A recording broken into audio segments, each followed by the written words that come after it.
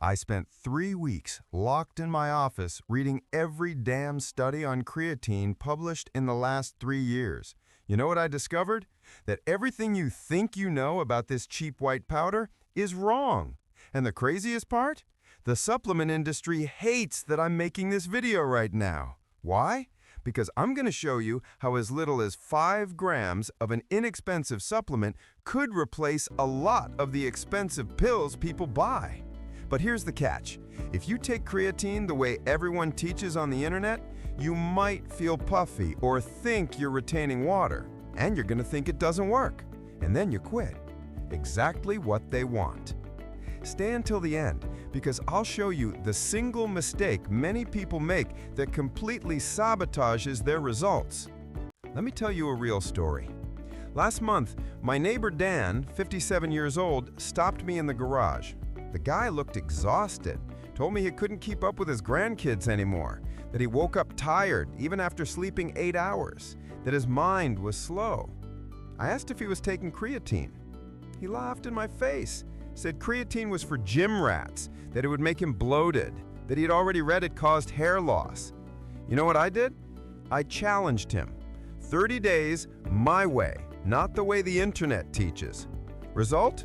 The guy reported about 7 pounds down, gained strength, went back to playing ball with his grandkids, and called me on day 20 saying his mind was sharper than it had been in the last 10 years.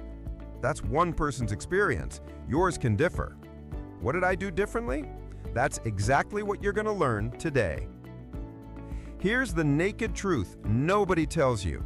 Creatine isn't just for muscle. That's the headline the industry often pushes because it sells add-ons, but research also explores effects beyond muscle. The latest science suggests creatine may support bone remodeling signals, brain energy metabolism, some inflammatory markers, and certain aspects of immune function. But here's the problem. 90% of the information circulating out there is outdated or just plain wrong. People still talk about 5 grams as the only option, when emerging evidence shows a range, say 5 to 7 grams can work, depending on body size, diet, and training. They still avoid salt, when many do better pairing creatine with adequate fluids and electrolytes. They still believe the hair loss myth when one 12-week trial didn't show harmful shifts in DHT or hair density. Reassuring, but not definitive for everyone. Think about this right now. Are you over 40? Then your body may not handle creatine production and storage as efficiently as it used to. Your muscles are losing strength not because you're old, but because some days they're underfueled for high-intensity efforts. Your brain is slower not because of age, but because sleep, stress, and diet affect high-octane fuel availability. And you know what the most frustrating part is? The solution can cost less than a coffee a day. But nobody tells you this because there's no profit in it. A tub of creatine monohydrate lasts months. Compare that to the miracle supplements at $50, $80, $100 that promise the same result. I'm going to be straight with you. This video is going to challenge everything you believe about creatine. I'm going to show you why many women, especially in post-menopause, may benefit from paying closer attention to dose and timing, something that until last month, very few people knew. I'm going to cover dose ranges that research has used when cognitive load is high, without calling it a cure or a replacement for sleep. I'm going to teach you how to adjust dose and timing, depending on whether you want to strengthen your legs or your arms, because some data hint the body can respond differently by region. And I'm going to fact-check the myths that prevent you from using one of the most studied and generally well-tolerated supplements out there. But before diving deep into all this, quick note, this video is educational and not medical advice. If you're expecting another generic video saying creatine helps with training, close this now. Seriously, this is for people who want to truly understand how to transform their body and mind using current science, not internet talk. If you have kidney or liver conditions, or on medications, or have any medical concerns, talk to your clinician before starting or changing supplementation. So take a deep breath, because in the next few minutes, you're going to learn more about creatine than 99% of people will ever know. Let's start with what the research actually shows, and I'm warning you, this is going to blow your mind. July 2024, systematic review data in adults under 50 reported that average muscle gain compared to placebo, which was resistance training without creatine, was roughly 2.5 pounds more muscle. But here's the kicker that nobody saw coming. In that trial, some participants also saw an average fat reduction of 1.5 pounds. We're not just seeing muscle building, but a signal consistent with fat loss.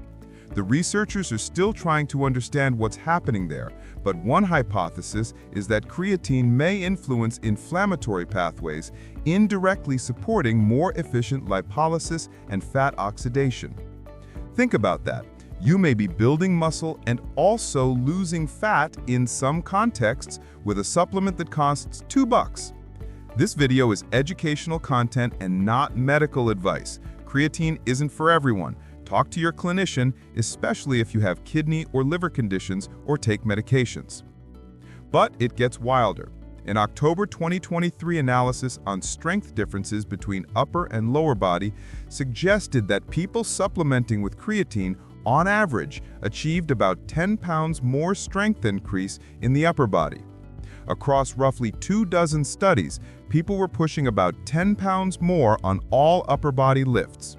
For lower body, there was an average of 25 pounds more pushed across various lifts. Creatine appeared to have a larger effect size for lower body strength. Now, why does this matter? One possibility is we have more receptors, more transporters that are allowing creatine absorption in the legs. The bottom line is, if you're trying to boost leg performance, you might get more out of creatine than if you were trying to improve upper body performance. But what if you were trying to build upper body? What if you're trying to build lower body? Well, you can dose and time it differently. A 2021 paper in Nutrients suggested that 7 grams per day performed well in certain protocols. This doesn't throw out the classic 5-gram guideline, which remains effective for many.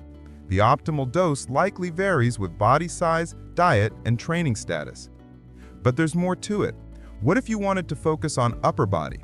In that dataset, a brief loading phase, about 20 grams per day for a few days, followed by about 5 grams per day, was associated with better upper body outcomes compared with no loading. So what does this tell us? This tells us that creatine transporter density or uptake could differ by region, but this is not settled and needs more research. Now here's where it gets personal, and this is something I've been doing for the last 6 months. This is my personal experiment, not a prescription. I adjust my creatine dose constantly, depending on whether I'm running more, lifting more stressed, not sleeping as well. If I'm focusing on a leg-heavy training block, I keep it around 7 to 8 grams. If I'm pushing upper body hard, I may occasionally spike to 15 grams for 5 days, then drop back to 6. It's like hacking your own biology once you understand the mechanism. If you have renal or hepatic issues or take medications, consult your healthcare professional before changing doses. But wait until you hear what it does to your immune system and your bones. This part absolutely blew my mind when I read these studies. Let me ask you something honest right now. How many supplements are you taking that you have no idea if they're actually working? Drop a comment and tell me. I'm genuinely curious. I'm willing to bet it's more than 3. Multivitamins that your body doesn't absorb, overpriced protein powders with 15 ingredients you can't pronounce, fat burners that are just caffeine with a fancy label. Meanwhile, creatine, the one supplement with hundreds to thousands of studies backing it up, sits there being ignored because someone on the internet said it makes you bloated. Here's what I believe after going through all this research. The supplement industry has successfully made you afraid of the one thing that actually works because it's inexpensive and widely available. They often create creatine HCl, creatine ethyl ester, liquid creatine, and charge you 3 times more. And guess what the research says? These forms have not consistently outperformed simple, cheap creatine monohydrate. Not bad, just not better. You're often paying more without superior outcomes. Now let's talk about what nobody expected, the brain stuff. And this is where it gets absolutely fascinating. What if I told you that you could take creatine and meaningfully affect how your brain handles energy? It would change the way your brain oxidizes fuel. Well, the main point is that more recent research in some studies shows that taking creatine increases your phosphocreatine stores in the brain. And what happens when that occurs is that you now have instant energy available, and the brain is operating in a very fast state where it's demanding energy rapidly. So you're changing the entire energy dynamic of your brain. In some studies, there was a 2022 trial that reported that just 5 grams of creatine supplementation per day was associated with improvements in memory and cognition, especially in adults 65 plus. Results can vary by diet, sleep, and baseline creatine status.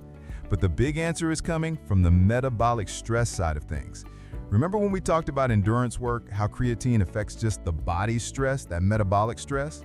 Some evidence suggests that around 8 grams per day in specific protocols may help lower markers of oxidative stress in the brain and support cerebral oxygen delivery, which could translate to less perceived stress and brain fatigue. So if you're just not necessarily even sleep deprived, but you're just using your brain a lot, creatine might help you maintain perceived strength and endurance. The right dose is individual. 8 grams is an example used in research, not a universal prescription. But here's the bombshell that came out in the last few years. In short-term studies using 20 grams per day for about a week, researchers observed that sleep-deprived subjects showed partial to near baseline restoration of executive function and reported improved mood. This does not replace sleep and should be viewed as a temporary mitigation strategy under supervision. And here's something that hit me personally: anxiety and depression. They used magnetic resonance spectroscopy to see that when creatine levels were low in the prefrontal cortex, that's when depression would hit us. Emerging research links altered brain energy metabolism with mood symptoms. And I recently had Dr. Matt Bernstein on my channel, and he went off for like an hour about this, how the poor metabolic state of the brain is what really drives us to more anxiety and depression. Creatine may play a supportive role for some people, but it is not a treatment and does not replace professional care. Think about this for a second. How many people do you know over 45 who complain about brain fog, who say they can't focus like they used to, who feel like they're losing their edge mentally? I'm willing to bet it's almost everyone. And what do doctors prescribe? More coffee, maybe an antidepressant, maybe some overpriced nootropic supplement. But nobody, and I mean nobody, is telling them that approximately 7 to 8 grams of creatine per day might help some individuals at a low cost. Why? Because there's no profit margin in it. A doctor can't bill your insurance for telling you to take creatine. A pharmaceutical company can't patent it, so it gets ignored. Reminder: dosage should consider body size, diet, training, and medical history. Now, let's get to the whole body stuff, and this is where it gets so wild. Check this out about bone health. A 2024 paper reported no significant increase in bone mineral density with creatine over the study period. However, exploratory findings suggested that creatine might influence bone cell remodeling, particularly in the femur, toward a potentially more fracture-resistant structure. This hypothesis needs longer and larger trials. Think functional adaptation support, not guaranteed density gains. Probably my new favorite thing to come out with creatine is the immune modulating effect. We're now seeing, and when I had Dr. Darren Kandow on my channel a few years ago, this wasn't available yet. Preliminary studies indicate that creatine may reduce certain pro-inflammatory mediators, shifting the body toward a less inflamed state. There was a 2022 pilot study that found creatine increased ATP availability in neutrophils, a type of white blood cell, which could help these cells respond more effectively to bacteria or other pathogens.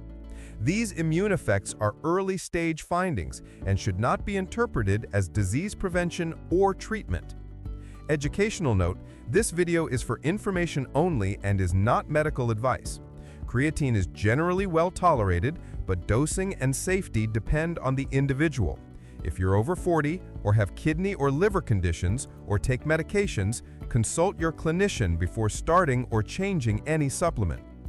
What the hell? We didn't even realize the fundamental core level that our white blood cells and our immune cells need ATP too.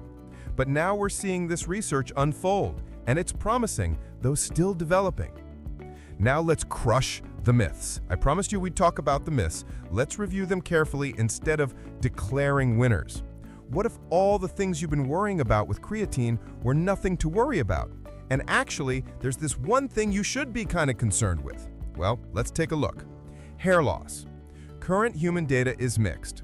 One 12-week randomized trial did not show harmful shifts in DHT to T ratios or hair density, but evidence isn't definitive for everyone.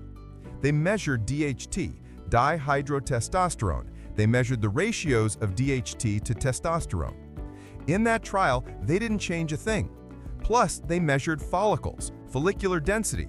No significant change was observed there either. Treat this as reassuring, but not final. Not case closed. Kidney health.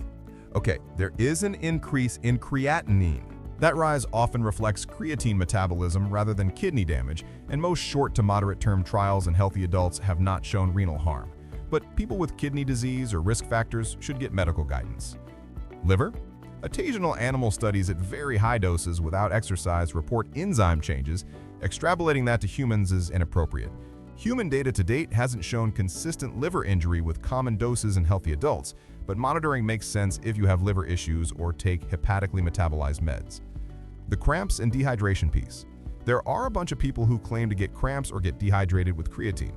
This one is plausible in some situations, and the reason is because if you're not adequately hydrated beforehand with good minerals and good electrolytes, then creatine may distribute differently. It's not going to the muscle, it can pull or shift water from the muscle a little more, or at least it's not getting into the muscle. So you're in this weird isotonic state where you're having more water in the extracellular fluid. Practical fix? Aim for adequate fluids and sodium-potassium per your clinician's advice. So we factor all these things together, and when we remember that the basic energy function within our body is ATP, right? We need ATP, we need energy. Creatine supports the phosphocreatine system, but it isn't a cure-all. But what's the bottom line here? Now, obviously, if you have any pre-existing kidney conditions or other health issues, talk to your doctor first. That's just common sense. But for most healthy adults, here's what the research suggests. Around 5 to 7 grams per day works well in many protocols for strength and lean mass. Some studies explore 7 to 8 grams in specific contexts. If you want the brain effect, some trials used around 5 to 8 grams per day, and short supervised protocols have tested 20 grams per day for about a week in sleep-deprived subjects. That's not a blanket recommendation. If you're looking for less water retention, pairing creatine with adequate fluids and a pinch of electrolytes may help, but results vary. If you're looking for bone health strategies, simple daily dosing, like around 5 to 7 grams, has been studied with mixed findings on density and some exploratory signals on remodeling. More research needed. If you're older, uptake can differ, so work with your clinician. Higher doses are not automatically better. If you're looking to build strength and mass in lower body muscles, then you may want to take a consistent dose. If you're looking for more upper body, some athletes use brief loading phases followed by maintenance, then come back to a moderate dose. These are examples from research and athlete practice, not medical advice. Now here's my honest question for you. After everything I just showed you, what's your next safe experiment? Are you still going to believe the bloated myths and the hair loss rumors, or are you going to discuss a trial dose with your clinician and see what happens over 30 days? Drop a comment right now and tell me, have you been avoiding creatine because of something you heard online? Because I want to know what's stopping you from using a well-studied supplement.